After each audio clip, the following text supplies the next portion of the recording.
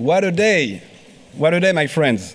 Dear Member of Parliament, dear Rahul Gandhi, Madame la Ministre, chère Brune Poisson, Monsieur le Ministre, cher Hubert Védrine, Monsieur le Ministre, cher Brice Lalonde, Your Excellencies, dear Ambassadors, dear Dean of PSIA, cher Arantxa, dear Professor Christophe Jaffrelot, dear guests, dear professors, dear students. Mr. Gandhi, this is a special day for us. This is a special day in your university. Welcome to Sciences Po and thank you so much for your presence in Paris, on our campus. You're just arriving from Brussels. I think that tomorrow you will be in Rotterdam. And we are very, very happy to have you with us today at Sciences Po. It's a great honor for me to welcome you to our university for this unique opportunity for a dialogue with our students and faculty. There is no need to say what an important Indian leader, and I must say a worldwide leader you are, and what role you have played for almost 20 years in the public arena. You currently serve as a member of the Indian Parliament from Kerala, and you used to serve as the president of the Congress Party, today's main opposition party to the party in power. You are one of the most important voices in today's India, and you have emerged as a strong voice on the wider international scope. And I have to say, I must admit that I'm also very impressed by your 25 million followers on X, formerly Twitter. Thank you for coming to Sciences Po at this very specific moment of time. We are very much aware of everything you went through in the last month. You are also visiting us on the eve of the G20 summit hosted in Delhi, while BRICS have just extended their network to 6 new countries. The key role of India grows every day, and we are delighted to offer our students the unique opportunity to listen to you and exchange with you, along with Professor Jaffrelot and Dean Gonzalez. My dear friends, again, Mr. Gandhi, thank you for choosing Sciences Po during your short visit to France. We all look forward to this 90 minutes with you. Thank you very much. Tani Ya Vad. Thank you.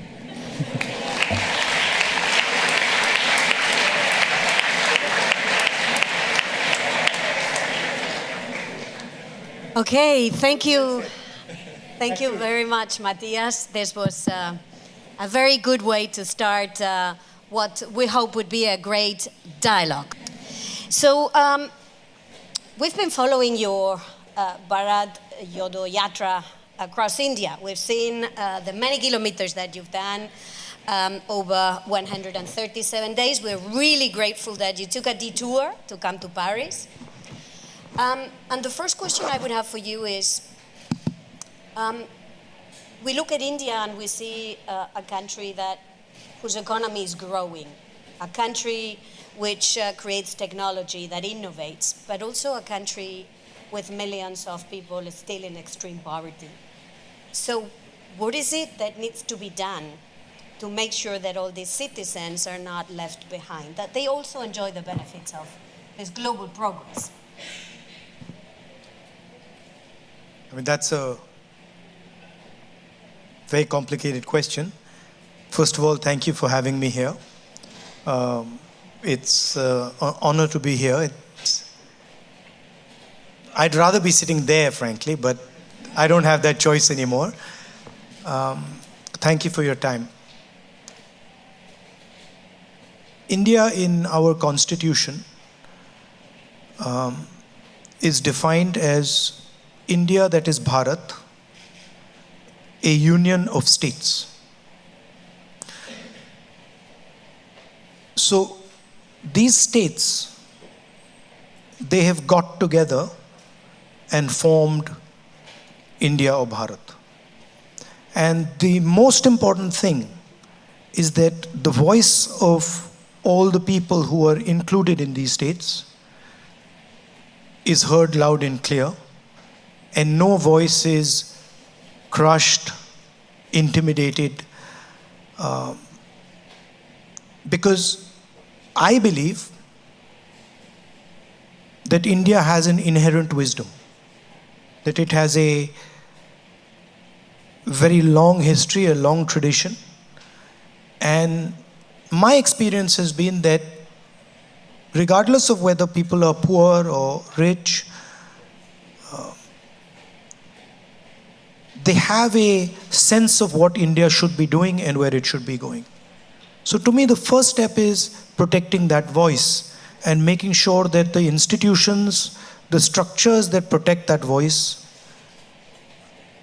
are working and are defended. That's where the whole thing begins. And I state that because when we use words like democracy, what we're actually talking about is the voice of people. And listening effectively to that voice, allowing that voice expression is central to any success. And we've experienced that. Pretty much everything that we've achieved so far, whether it is our economic growth, our ability to manage our differences, the bedrock of it is this idea that we protect the voice of all our people. And our leader, Mahatma Gandhi, said it best when he said that the most important voice is the one that's last in the line. It's the most difficult voice to protect. And a nation that is doing that will succeed. Wow. I was quite impressed by that answer and the link that you make to democracy. There is at the moment a big international gathering taking place in India. It's called the G20. So on which side is India in international relations? At the end of the day, this is also a place where we study international affairs, right? So on whose side is India? There was a leader in India once, and they were asked, on whose side are you? Do you lean left or do you lean right? And she said, no, we stand straight in the middle. So I don't, when you're dealing with a country the size of India, we have to have relationships with multiple different countries. And I think it's a simplification to say, whose side are you on? The blunt answer to that is we are on our own side.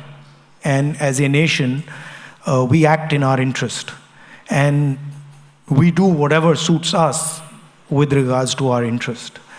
I don't think, it's so black and white. Are you on this person's side or are you on that person's side? For a large country like ours, it becomes very difficult to come up with an answer for that. But we do have a strong view that voice and democracy are important. I'm sure many of my friends from India will understand this. This notion of, clear-cut black and white, this is not an Indian notion. Indian people, their basic architecture is designed to deal with much more complexity and much more nuance. So I don't necessarily buy you're either on this side or you're on this side. But I can see clearly that there is a problem, right? And that problem requires a solution. It's a global problem, and more than a global problem, it's a problem for India, it's a problem for Europe, and it's a problem for the United States. And frankly, it's a problem for all of you in this room, because you're going to have to deal with the problem. And the problem is that we have a planet today where the bulk of production, the bulk of manufacturing, the bulk of value addition is being done in China. And I'm not going to comment on whether that's a good thing or a bad thing. The Chinese have successfully competed against us and achieved it, right? There is a problem with, in my view, there is a problem with the way they do it. They produce, They're very good at producing. They produce the phone in my pocket. They produce the camera. But they do it in non-democratic, coercive conditions. And the problem is that for us, we need to think about production in a democratic environment, production in a non-coercive environment, and we need to be able to compete with them. Meaning, they don't need to give their population political freedom. They can just give them economic freedom and then become the center of production globally. We have to produce and compete with them, and we have to give our people political freedom and economic freedom. So that is really the challenge. I don't see it as, a confrontation with China. China has placed on the table a way of working, a way of production. And I think it is important for the United States, for India, for Europe, to place an alternative system, an alternative method on the table. And I think we owe it to, certainly we owe it to our population, and I think the French and the Europeans owe it to their population, because we are not going to be able to, manage our countries. We're not going to be able to give students like you jobs without doing that. So to me, it's an opportunity to say, can we produce in democratic structures, within democratic frameworks? Lady over there. Hi, can you hear me? Yeah. My name is Lydia Jayakumar. I want to ask about the violence against minorities in India. In particular, because this is close to my heart, violence, caste atrocities in India. Every day we hear, people from the Dalit community killed or violence against them because they went to a wedding, because they went to the school, because they, things that are our rights, just because we're, accessing it, there's violence against people in the Dalit community. What do you think needs to be done? Because it's societal, but it's also institutional, and it seems like there is no answer to it and there is no help from it. So. No, I think it needs to be combated. I think it requires a political imagination, and I think it is very important that it is done. What the BJP and the RSS are trying to do, the heart of what they're trying to do, is trying to stop the expression, the participation of lower castes, other backward castes, tribals, and minority communities. And for me, in India, where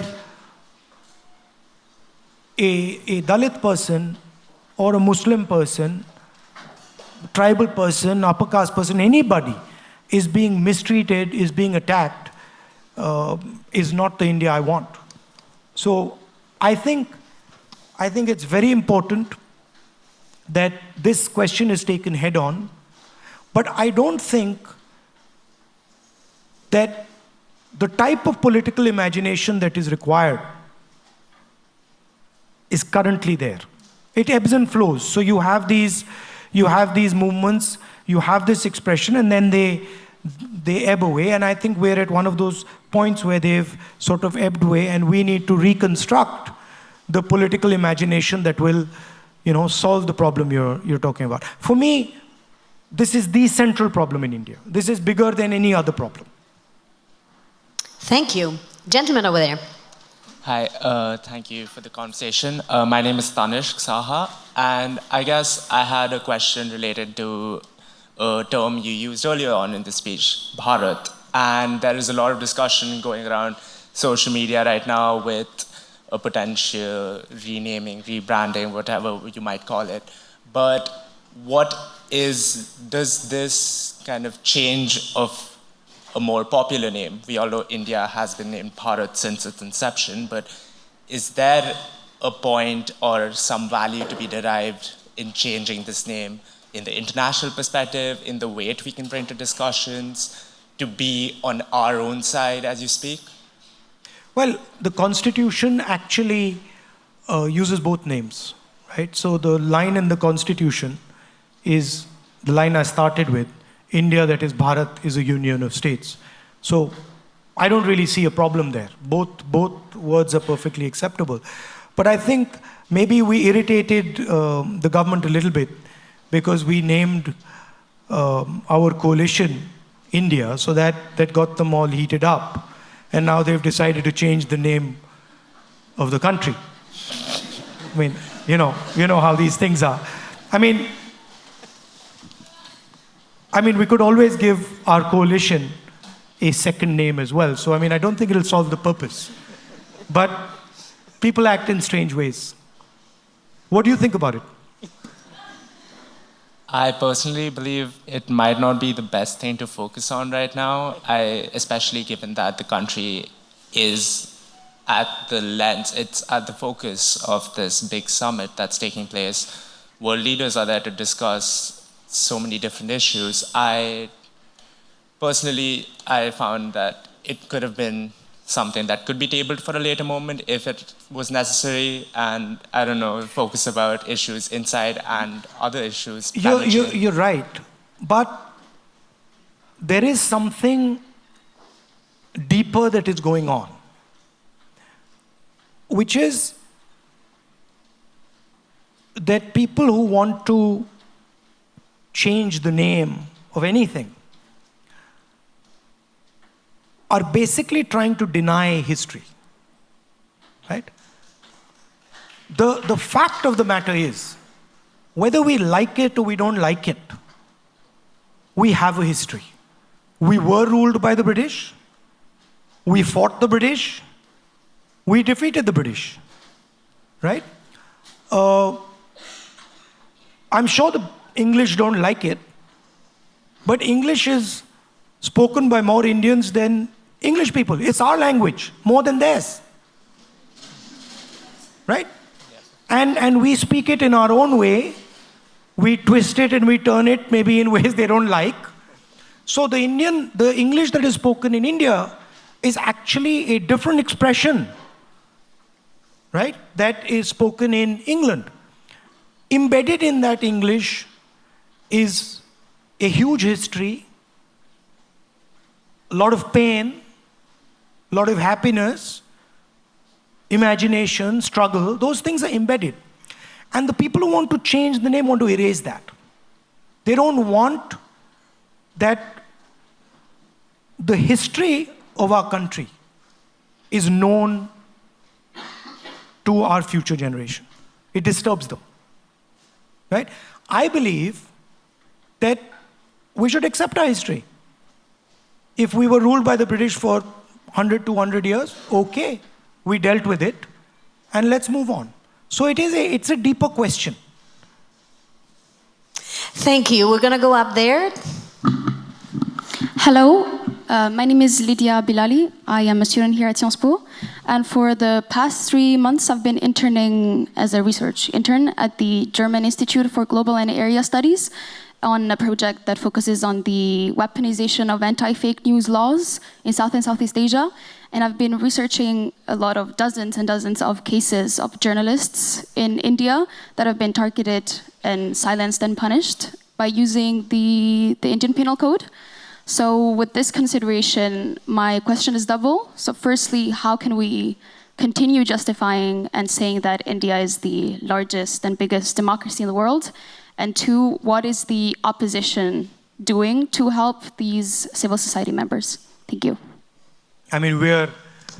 I walked across the country 4,000 kilometers to raise some of these issues.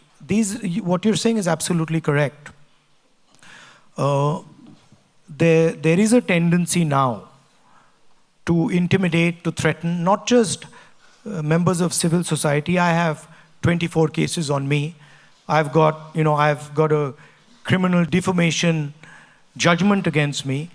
The first time in Indian history that somebody has been given the maximum sentence for criminal defamation. Very convenient that I needed the exact number of days that they gave me to be disqualified. So we are dealing with this issue. The democratic expression is deeply embedded in India. And the fight keep the democratic structure of India alive is ongoing and very vibrant. We are part of that fight. Now, when that fight is over, if that fight is over, and the other side wins, then I would agree with you.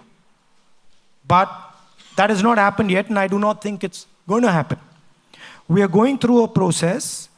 We are going through turbulence in our democratic structure, and there are millions of people, I'm sure many, many youngsters in this room, who really believe in that democratic structure and are going to defend it with everything that they've got. So it's a fight, and I think it's also an opportunity to rethink and to reimagine our country.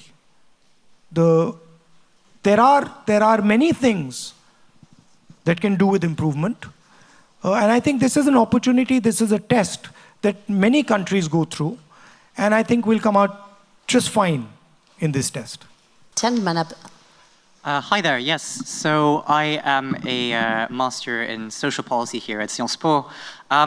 While it might not quite look it, I'm actually also part Indian, and over this past few years, it's been particularly scary to see many of my friends and family members back in India become radicalized by Hindu nationalist rhetoric. My question to you is, if your coalition gets elected, where exactly do you see yourself placing the role of Hinduism in a post-BJP India? And how concretely do you propose dismantling or perhaps even transforming the legacy of a religious zeitgeist which has captured the hearts and minds of so many Indians today? Look, I've read the Gita, I've read a number of the Upanishads, I've read many Hindu books. There's nothing Hindu about what the BJP does. There's absolutely nothing Hindu about what they do. Right? I have not read anywhere, in no Hindu book, from no learned Hindu person, have I ever heard that you should terrorize, harm people who are weaker than you. I've never read this. So this idea, this word, Hindu nationalists, this is a wrong word. They're not Hindu nationalists. They are nothing to do with Hinduism. They are out to get power at any cost, and they will do anything to get power, and they will do anything to ensure that the Indian caste structure, the social structure of my country is not threatened. They want dominance of a few people, and that is what they're about. There is nothing Hindu about them. Thank you. Very clear. Gentlemen. Hi, thank you for being here. My name is Zaid Wahidi. I'm a lawyer based in Paris. My question is about the opposition's narrative for the next election. And I saw that Ms. Sonia Gandhi wrote a letter identifying 9 points to the Prime Minister. Is that the opposition's pitch? Because as a minority, of course, it's important for me to have the Pyar Ki Dukaan in a Nafrat Ka Bazaar. But is there another issue, or are there certain issues that you have identified that will perhaps build more consensus with even the majority community and get you where you are, where you want to be in 2024? When you see the people on the stage in the India coalition, you must realize that more people from the majority community vote for us than vote for the BJP. 60% of India votes for us. 40% of India votes for them. Right? So this idea that the majority community is voting for the BJP, this is a wrong idea. The majority community actually votes more for us than they vote for them. Right? They do polarize society. They divide society. They spread hatred in society. And that is their mechanism. They also happen to have very good relationships with the most powerful, richest crony capitalists in the land, who finance them, support them, help them do what they do. And so this is the architecture that stands behind the BJP. The idea that Mr. Narendra Modi is orchestrating this thing is a gross simplification. Mr. Narendra Modi is an instrument of the architecture. And I'm pretty confident that the RSS can get rid of Narendra Modi in 5 minutes if they want to, right? It is a structure that is doing this. And that structure is now a threat to Indian democracy. So we are committed to fighting that structure. What are the broader elements? The first thing is the gross inequality that is taking place in India, right? Few business people who are billionaires. The third richest person on the planet was Indian, and 90% of India going back into poverty, right? So that's the first thing. The second thing is we have to solve what I was talking about earlier. We keep talking about economic growth. You read the newspapers about economic growth, right? Have you ever read in the newspaper next to the economic growth question, the employment question? Has anybody in the newspaper said, wait a minute, we are growing at 7%, 8%, but we have the highest unemployment rate in 40 years? That's a much more interesting question to me. Because we can grow at 9% and give none of you jobs. Right? That's what's happening. Right? So that's the second big question. And the third question that is very close to my heart is the large mass, the real power of India is in the lower castes, the other backward castes, these communities. And they are not given any space in the governance of India. They're not given any space in corporate India. They're not given any space anywhere. And that to me is a crime. So those would be the central thrusts of how we would think about it. The final thing I would say is that one way to look at India is that it is making a transition from rural to urban. And the largest migration of people from rural to urban in human history ever is taking place in India and China, right? And if we're going to be making this transition, this is a frightening transition for a lot of people. So we need to give them the basic minimum architecture to make this transition safely. What does that mean? That we spend a serious amount of money on education. We spend a serious amount of money on healthcare. That government does not abrogate responsibility for healthcare and education. And that we provide a minimum floor where India commits to all its people that no matter what happens, you can simply not go below that floor. We will give you a minimum income below which no matter what happens, you're not going to go. But, when I talk to students, especially the Indian students here, and the students who are not from India, the injustice that the caste system in India does, the pain and trauma that the caste system in India causes is beyond anything I know anywhere else in the world. And so I see my politics as challenging the idea that there should be this caste order in India, that there should be this permanent hierarchy in India, and that some people, should have access to all the institutions, all the structures, and other people should just live a life of poverty and misery. So this would be the framework that the Indian coalition would be talking about and thinking about. Thank you. Gentleman over there. Thank you, ma'am. And by the way, when I said minimum floor, I didn't only mean financial floor. So I think the idea that 200 million people can feel uncomfortable in India today, or Sikhs can feel uncomfortable in India today, I think that is a matter of shame for us. And I think that needs to be corrected. And there are minorities who feel that way. There are lower caste people who feel that way. There are women who feel that way. And so we are very strongly committed to this.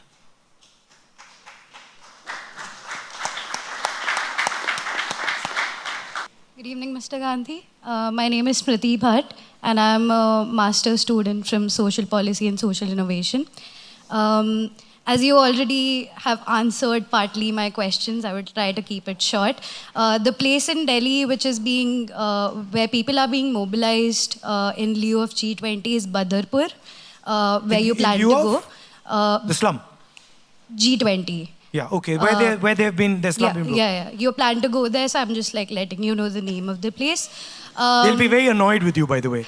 It's okay. Yeah. It's okay. In all honesty and humility, I wish to ask you if there is a defined secularism or a future of defined secularism in the country. If the party comes to power in the next elections, how do you specifically counter the hate and the chest thumping that has happened in the past few years regarding religion and education? And you can choose to answer whichever. You know,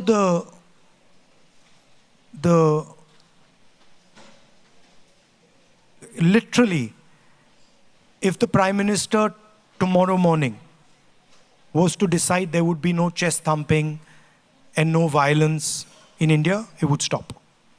It is the direction that the leadership of the country gives, the imagination that the leadership of a country gives, that shapes people. The feeling right now is that you can do whatever you want and nothing's going to happen to you, right? The moment the feeling becomes that there are going to be consequences to attacking someone, consequences to beating up someone, that behavior will change instantly, I guarantee you, right? That doesn't resolve the earlier question about institutions, which is this sort of disease that has now entered the Indian institutional framework, where the neutrality of those institutions has gone out of the window. And I think there, frankly, we will have to make examples of people. We'll have to make sure that some of the people who have done what they have done pay a significant price for what they've done, so that anybody who's thinking about doing it again understands that they will also pay the price for attacking the soul of India. Because that is how I see it. This is an attack on the soul of India, and the people doing this should pay a price for it. Thank you. Thank you. And the last question goes to the gentleman. Hi, my name is Arman. Can you hear me? Yeah, okay. So my question, I attended one of your speeches at the Bharat Jodo Yatra, and I remember when you mentioned crony capitalism, the crowd went wild. They were all like, Adani. And so there's this feeling clearly on the ground that this kind of top-down development is happening, right, in India, economic development, where there is crony capitalism, like you said. And my question is, if we are to decentralize power, where the state is less involved in all affairs, economic affairs, etc., how would you or how would your coalition ensure that the concentration of wealth does not take place in a few corporations? By the way, just because you have decentralization of power doesn't mean the state is less involved. The state is just involved at a different level, right? But the state is still involved. The center is not involved. So for example, if you go to Kerala, I'll give you an example. I'm the member of Parliament of Kerala. If I want to take any decision in my constituency, I have to speak to the local body people. I can't just as a member of Parliament suddenly say, I now am deciding to do this. They'll come to me and say, how did you do that? You have to have a conversation with us. So it roots you very quickly, because they can charge me a price. They can send me the bill, right? So decentralization does not mean that that the state is walking away. The state is just coming in a different level, right? So what was the second part of your question? So how would you ensure that, monopolies don't happen in India? look, what you're having in India today with Mr. Adani is so blatant and it's completely so over the top, right? I don't think there's any other place where this is going on. The gentleman is in, pretty much every single business, right? As people know, he's manipulating, he's sending money out of India. He's manipulating his stock price. He's using that money to buy Indian assets. It's a big circle, And part of the reason the Prime Minister suddenly got so excited about this Bharat issue is because of the Adani story. Everybody knows it, we know it, that there are very close linkages between the Prime Minister and Mr. Adani. The documentation is available, right? And he's not going to get away with it. Eventually, he's going to be held accountable for it. So it is so over the top that it's completely ridiculous.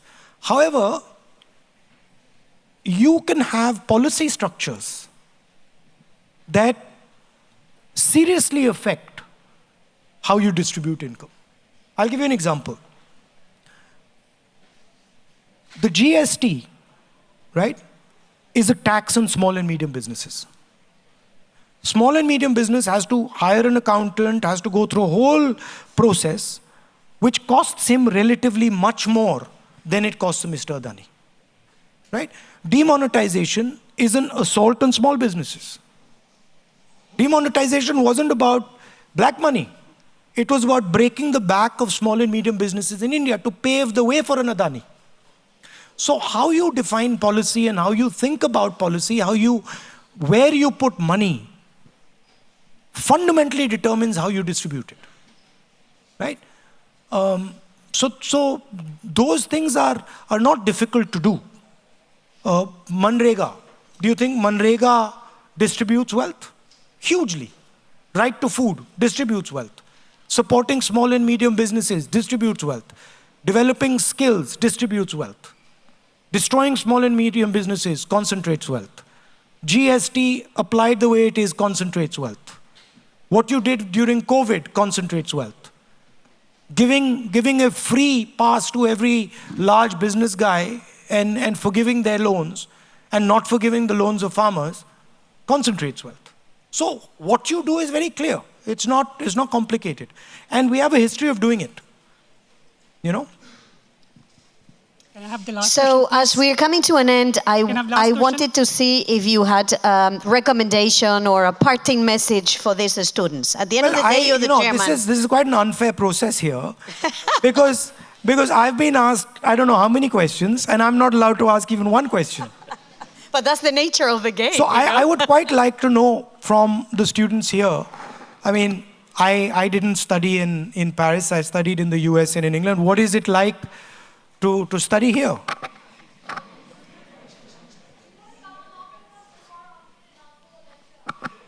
No, but I'm going for dinner this evening, I believe. You can come with us for dinner this evening. I would really ask you now to give a huge applause to our guest speaker.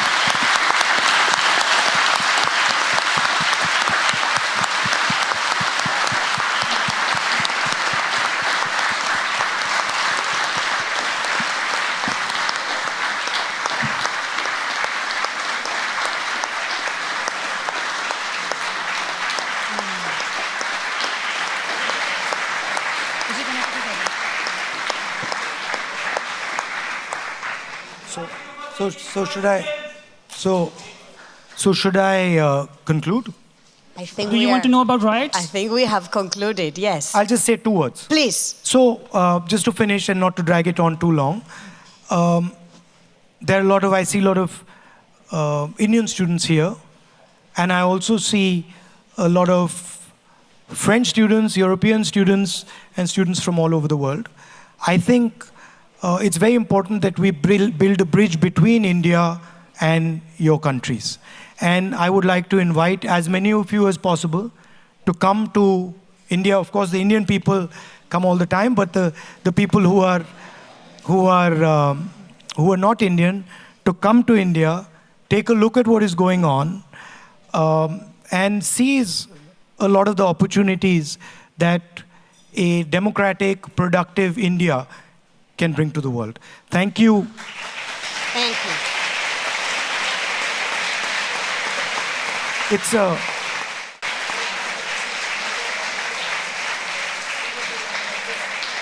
It's a chaotic and fun place. So do come. And if there's anything we can help you with, especially the Indian students, please let us know. I'm happy to come and try your restaurant with you if you want. Thank you.